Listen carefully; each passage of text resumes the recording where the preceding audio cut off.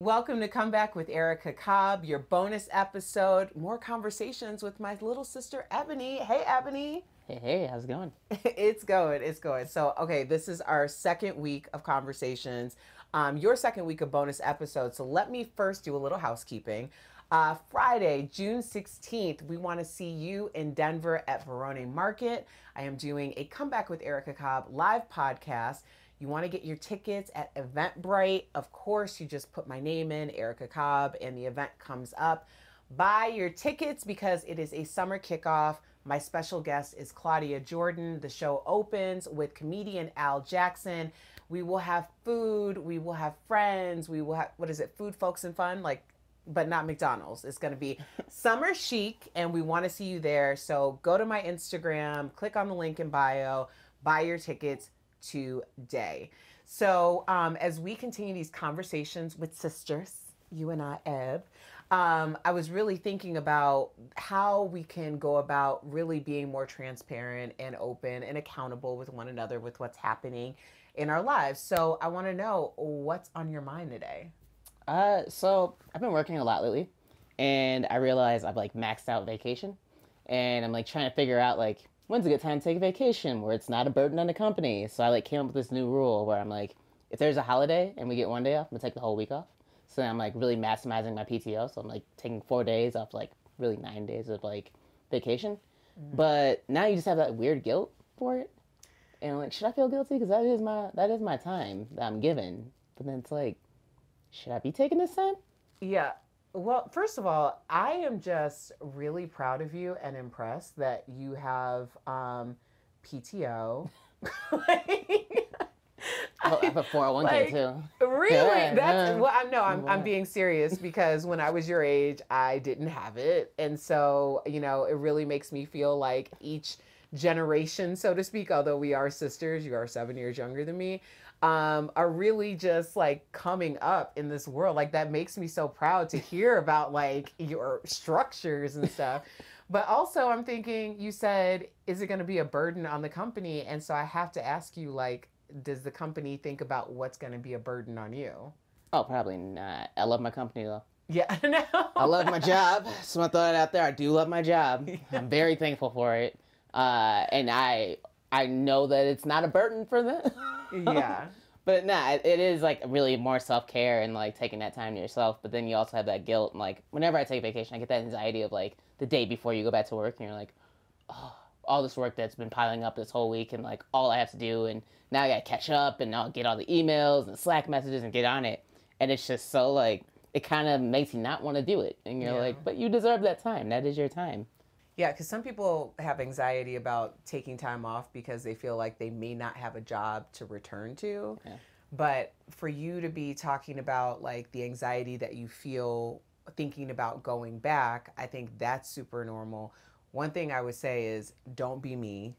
Don't go years of not really taking an adequate vacation because there's just a propensity for burnout, and I have felt it. I feel it really hard right now, just trying to make sure that I'm grinding all the time. There's so many balls that I'm balancing up in the air. And so when you go on vacation, you need to break. So if you're even questioning if now's the time, then it probably is because you don't want to be forced into a vacation a la hospital stay. Sure. Or something like that. You want to get ahead of it because you've worked your way to a point where you can do that. Yeah, there's still a guilt though. There's that little bit of guilt where you're oh no, am I putting more work on my teammates, or do I talk about what I did while I was on vacation when everybody was working and picking up my slack? But nah, I'm still taking my vacation. It's just an anxiety I get, and I'm just curious if anybody else has that feeling when they're about to go on vacation. You have that excitement of I'm gonna have the week off, and then it's paired off with oh, but that next week is going to be killer. Yeah. And that's that balances out and it almost kind of dampers the vacation part of it a little bit. Well, I think that it just shows that you care because, I feel that same way too. We don't have a huge team. There's only 5 of us hosts. Most of the time we're doing 4 people on the panel. So if I'm gone for a week for whatever reason, you know, like a lot of times I'm gone and I'm not on vacation. I'm just out of town working somewhere else. Um, so I do feel that like, oh, you know, if someone's kid gets sick or, you know, there's an emergency with somebody else, then that means that there's more stress on everybody else because I'm gone. But I also care a lot about my job, the way that you care a lot about your job and your team. And I also think that that's kind of indicative of startup situations. Yeah. Like you started a startup, I started a startup, and that just changes, you know, changes it. But it is important that you take the vacation, and I'm glad that you're preparing to do that. Yeah. It'll be a staycation because now I pay rent. But but I'm gonna enjoy that staycation. I'll be over here. I'll definitely be over here. But yeah, I'm gonna be taking it at the end of the month. Good, Yeah. good. So Erica, what's on your mind? Oh, thanks for asking. Okay, so mine is a little bit more, it's not as fun. It's how do you deal with disrespect? Because I have really been feeling like people have really been trying me. And I, I'm very much like, I feel like I empathize with people. Like, you know, we all have, I've had my toxic times in my life. I've had my times when, you know, I haven't necessarily thought about others or, you know, I'm trying because I'm in survival mode and I'm fight or flight. But it just feels like there's certain times where people feel very comfortable disrespecting me. And I and I can take it because I have empathy for people, but then I get to the point where it's like I should not have to shoulder someone else's garbage. You Sure. know, like I shouldn't have to deal with that. And I think sometimes people feel like I'm a very soft space to land their crap. And I mean, am I like, is That's it in my interesting. head? I've never once thought that about you. You did? Like, honestly? I've never been like, let me go ahead and test Erica real fast. Uh, Well, I mean, maybe because you really know me, but I feel like sometimes people think like maybe they just don't really know me. Like I'm very much like I give it how I get it. So if you are kind and respectful and we have like an understanding, then you're probably not going to see that side of me much. But when you're like, "Oh, I gave it to her this way, she didn't respond, so I'm going to keep giving it to her." Then I get to the point where I'm like, okay, I'm going to have to tell you about yourself. And I'm very much a direct person because I want people to be direct with me. So how That's do you handle fair. disrespect? That's right. First off, I think with you it's fascinating because you are really nice and like you're very easy to approach. And I feel like a lot of times when you have to take the L or not even take the L, but to get disrespected, it's more projection. Like that has anything to do with you because Right. like you haven't done anything for that to happen. But I don't know. How do I deal with disrespect? What's the most PC way of saying that? Uh, I find now that I'm older, I kind of just block, like, I just block that person. Like, just, I'm good. Like, I don't Yeah. need to have you in my life. I don't need this energy. And then I kind of, like, have to go back and be like, okay, well, is that projection? Like, did I deserve that? Like, no, probably not. Because there's better ways of doing things. Like, disrespect's just the very last thing you do to get someone's attention and, Yeah. like, really bring them down, really, because you're not in a good spot. So then I kind of get that little feeling of, like, well, my life's not that bad. Like, because I'm not coming at people in a messed up way. So Yeah. I think now I have like a little bit more of a hindsight and like being able to look and say like this has nothing to do with me, but also I don't need to be involved in this. So that's how I do it. But I'm like disrespect to the family. That's completely different. Yeah. It just depends on where this disrespect's coming from. Like, are you disrespecting my family? Are you disrespecting me personally? Like, where is this coming from? And that does matter because I think I do deal with disrespect to the family a little bit more vocally. Yeah. Well, I mean, yeah, because that's kind of just what's instilled in us to like protect one another. Yeah. I think, I've done okay, you're cut off, and I don't feel like as adults we have to over explain the reason why we're taking distance from someone or cutting someone off. It's likely you understand the reason, whether you want to admit it or not. And in my interpersonal relationships, what I've found is I've been very clear with people about where my boundaries are, what I anticipate our interpersonal relationship to be. And if that's not the way that you react or communicate interpersonally, I understand, but I can't be a part of that with you. So that's like, okay, we don't need to be friends or we don't need to speak or whatever that is. But what tends to happen is there's other forms of relationships. You know, there's professional relationships, there's proximity relationships, and you're forced to deal with disrespectful relationships or disrespectful actions because there's no reprieve. There's no like just leaving that space or quitting that job or whatever it is. And so the ability to communicate. So the way that I have learned to communicate to kind of alleviate what was really me bringing it on myself, like there must be something I did to make this happen, because I have this weird thing that I talk to my therapist about a lot, is anytime something bad happens, I try to find my fault in it, because if I'm waiting for if it's someone else's fault, then I have to wait for them to fix it. And the truth is, if people were in the business of fixing things, then they would likely start with themselves. So if I'm like, okay, well, so and so did this to me, it was their fault. So now I'm sitting in it until they make a decision about how they want to handle it. And I don't like to give other people that much power. True. That's tough because like you do get stuck with people. Like, and I'm very open about like I don't ever want to be in a meeting with people I don't want to talk to. I'm very lucky to be in a company right now where like that doesn't happen, and it's part of the reason why I stuck around for so long. But yeah, it's just tough because like we're always put in this position, but like we're gonna have people who have different political views, and they're gonna use that as a disrespectful way towards you, and really like weaponize it, or like the certain views they have in their life, and they use it to weaponize against you. And I've had it happen several times in my life where I had to like sit there and be like, you're being disrespectful, and you're trying to do it in a very sly way. And I'm stuck being around you. Yeah. Like maybe I go to school with you or something like that, and I'm stuck being with you. And that's just one of those times where you're just like, you gotta learn how to be yourself and just be comfortable with yourself and know how to be like, okay, I can't flip out. Like I had to learn how to like kind of separate the situation, like get yourself out of it in a way of like, we need to communicate about X, Y, Z, but I also am really big on no small talk.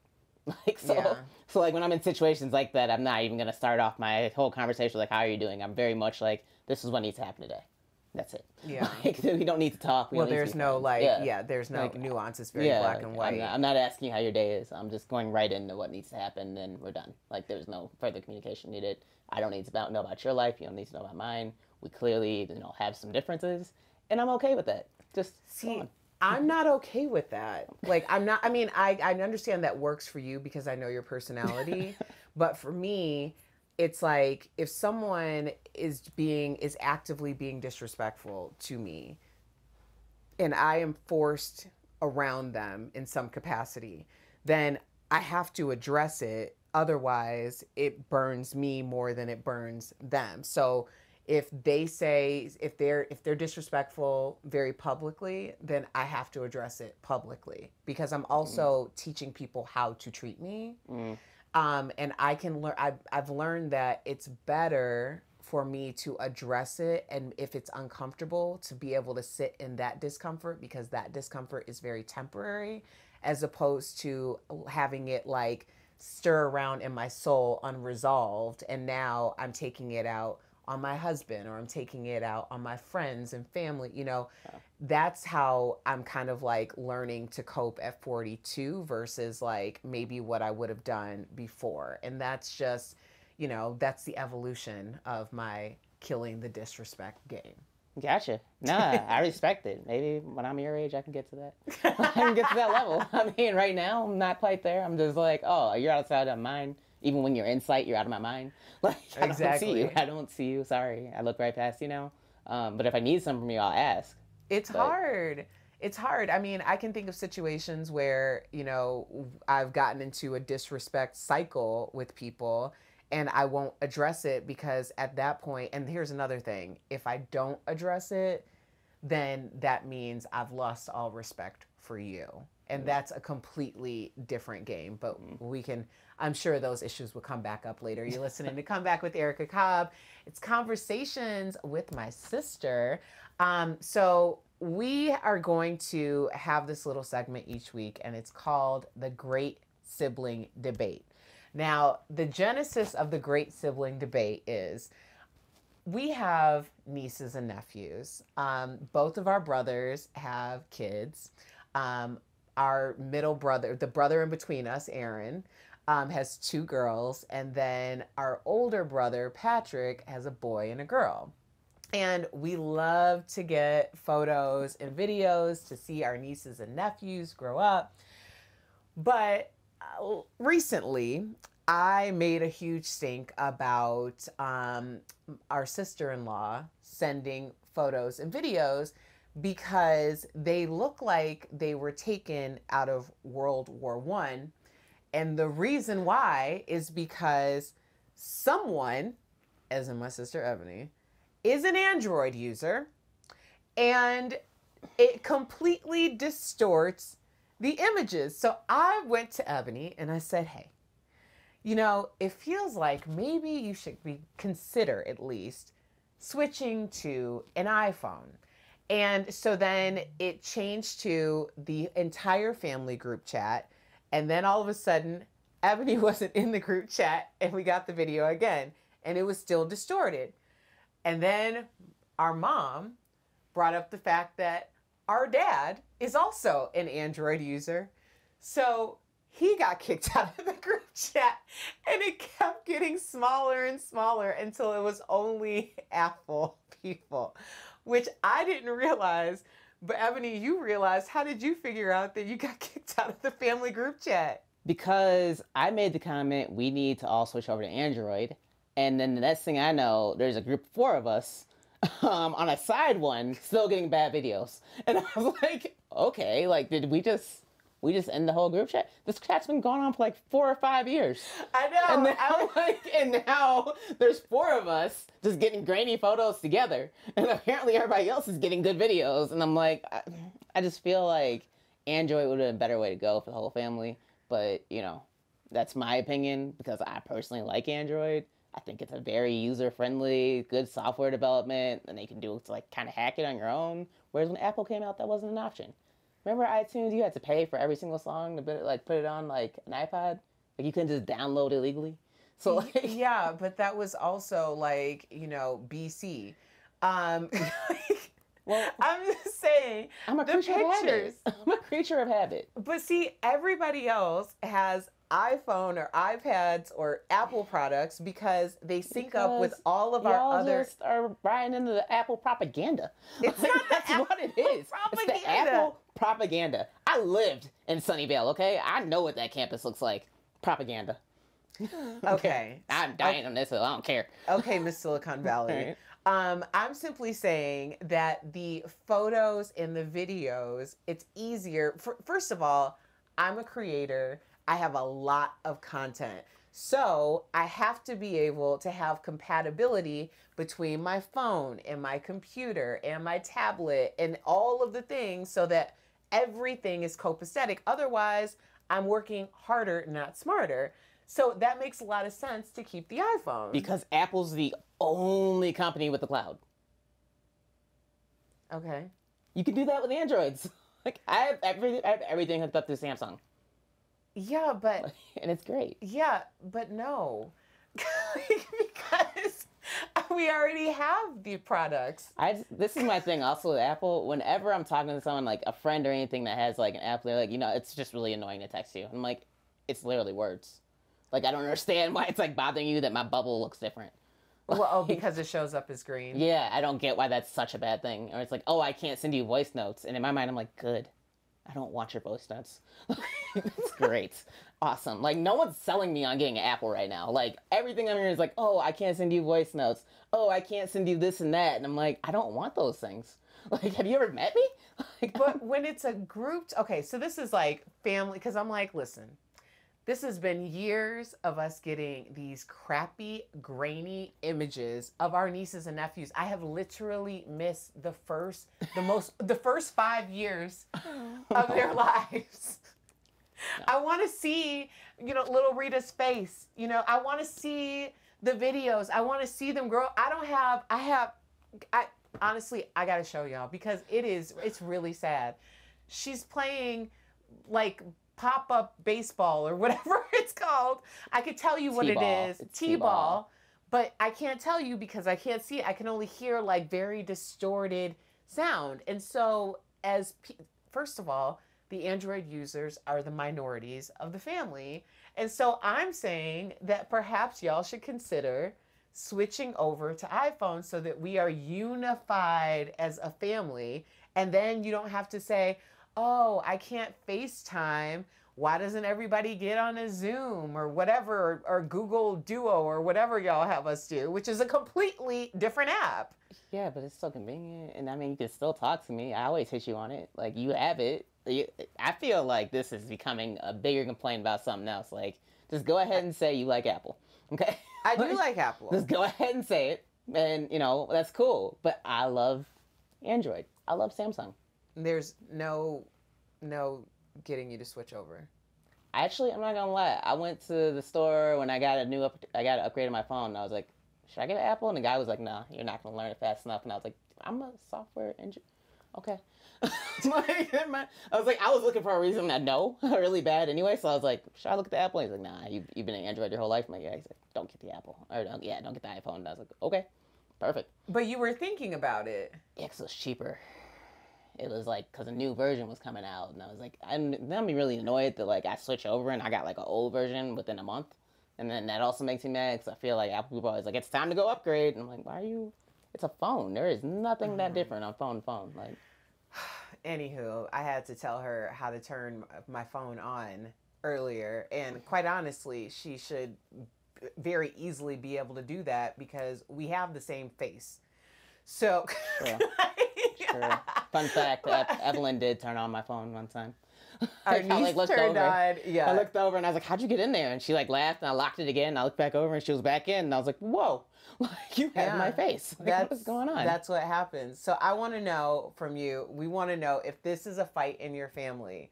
Does your group chat have iPhone and Android users? And is this, yeah, that's right. Is this a big family debate for you? Because now there's 2 separate group chats, and she is on the Android island. There's like 4 of us on the island now. Or 3 of us? Yeah, there's 3 of us on the island. It's pretty dope. So also, I like to join a group chat and know it's Apple people and be like, I'm here just to mess up your group chat. And then I just block the chat. Like, I hate group chats. Okay. You're listening to Come Back with Erica Cobb. This is Conversations with My Sister, your bonus episode. So, Ebonie, what are you looking forward to this week? Ooh, the weekend. Really looking forward to the weekend. And what am I going to do? Nothing.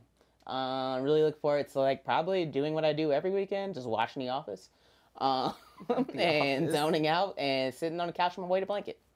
Yeah, that's going to be beautiful. That's my time to get back to me. And yeah, what are you doing this weekend? What are you doing this week? So, I'm really looking forward to... I am really looking forward to this weekend taking my Christmas tree down.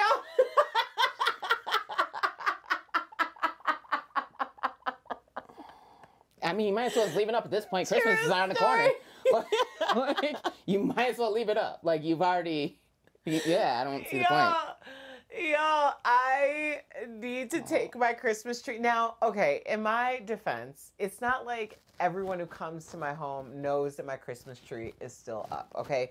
We did have a real Christmas tree on the first floor, and that went right after Christmas because it was real, and we couldn't have it for very much longer. But I have a fake white Christmas tree in the bedroom, and you know, honestly, I would have done it. I just haven't had time to do it. And then also, I wasn't ready to take it down right after Christmas.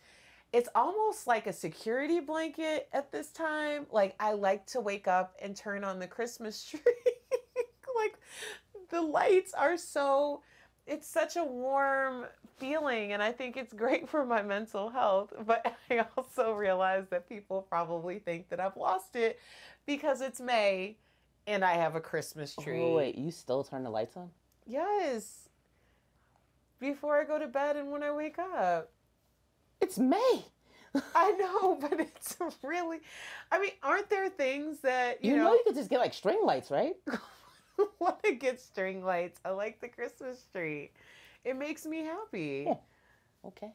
Okay. Okay, there's got to be something weird that you do that just you do Everything it. I do is weird. But like, if you haven't caught on to that yet, like I'm just a weird person. But like, not like leaving a Christmas tree up all year round. Well, it's not all year. It's May. It's just the 5th month of the year. It's been, yeah, you might as well just leave it up now. Well, Like, you only have what, like 5 more months before you're gonna put it back up? Well, yeah, but the reason why I'm taking it down is because Anthony said that he may not be as cool with having a Christmas tree up in May. So I felt like for the betterment of my marriage, I should just take it down. And so in May, I'm taking down my Christmas tree. So I am going to look for something else that sparks joy in my home and in my heart if I can't have my Christmas tree. I mean, there's got to be, hit us up.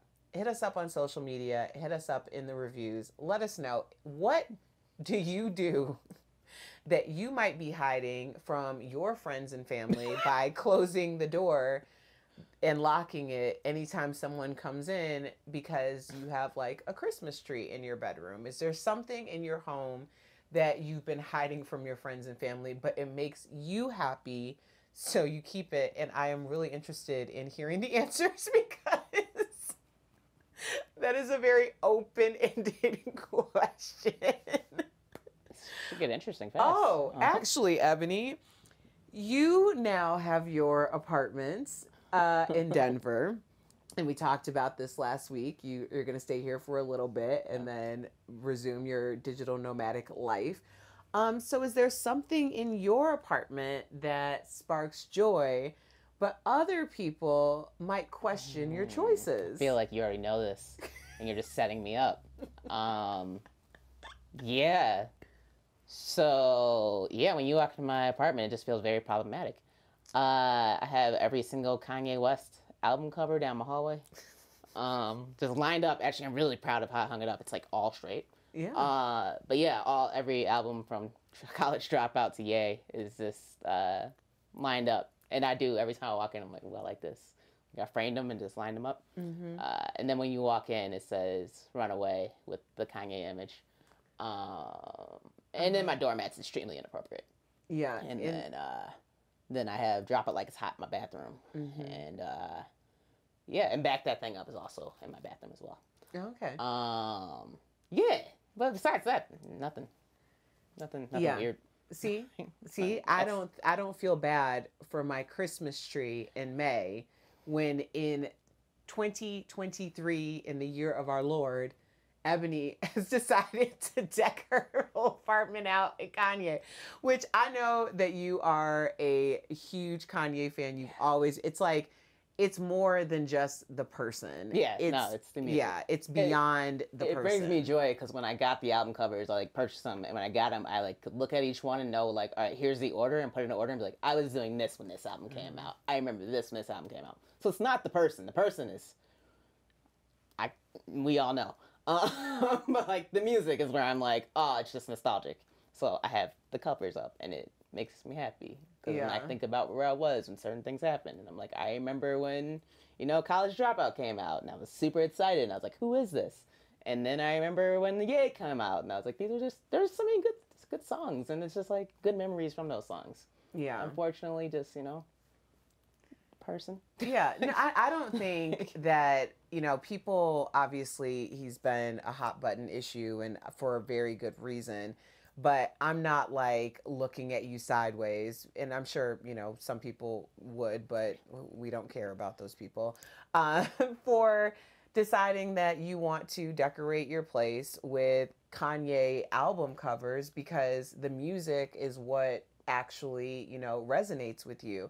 I think about it like if Whitney Houston, like I think about Whitney Houston and how she has had such an effect on my life. Her story has had such an effect on my life that the idea of erasing all of those songs and those lyrics and those stories would actually erase a part of my life, Yeah.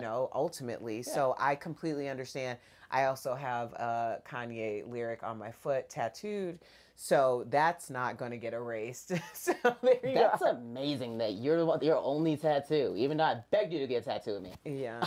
you went and got a Kanye tattoo. Of all things, like, Well, that's a smack in the face. But it's cool. It's no, no, no. The reason why there was something super traumatic that happened that day, and I went to a vineyard wine tasting and came back and decided that that night I just had to get Jesus Walks with Me on my foot. And before that, I thought I would never get a tattoo, but that was also, in a different time in my life. I had moved away. I was living completely on my own in California at that point. So yeah, it was the time to get a Jesus Walks with Me tattoo on my foot, and that's how I ended up with a Kanye lyric on my foot. And no regrets. And maybe we will get tattoos. Oh, it's gonna happen. We'll get matching sister tattoos. It's gonna happen. All right, well, that gives me something to look forward to.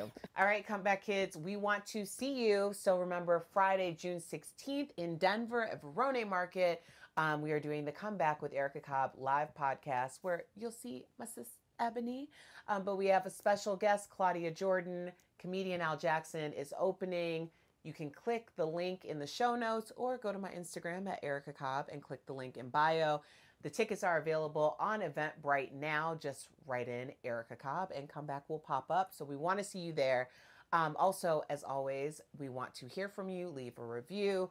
Leave a 5-star review. And just let us know what you would like to hear from us. You can go to comeback.tv for all the episodes and, of course, YouTube for the visuals. Thanks for listening. Bye.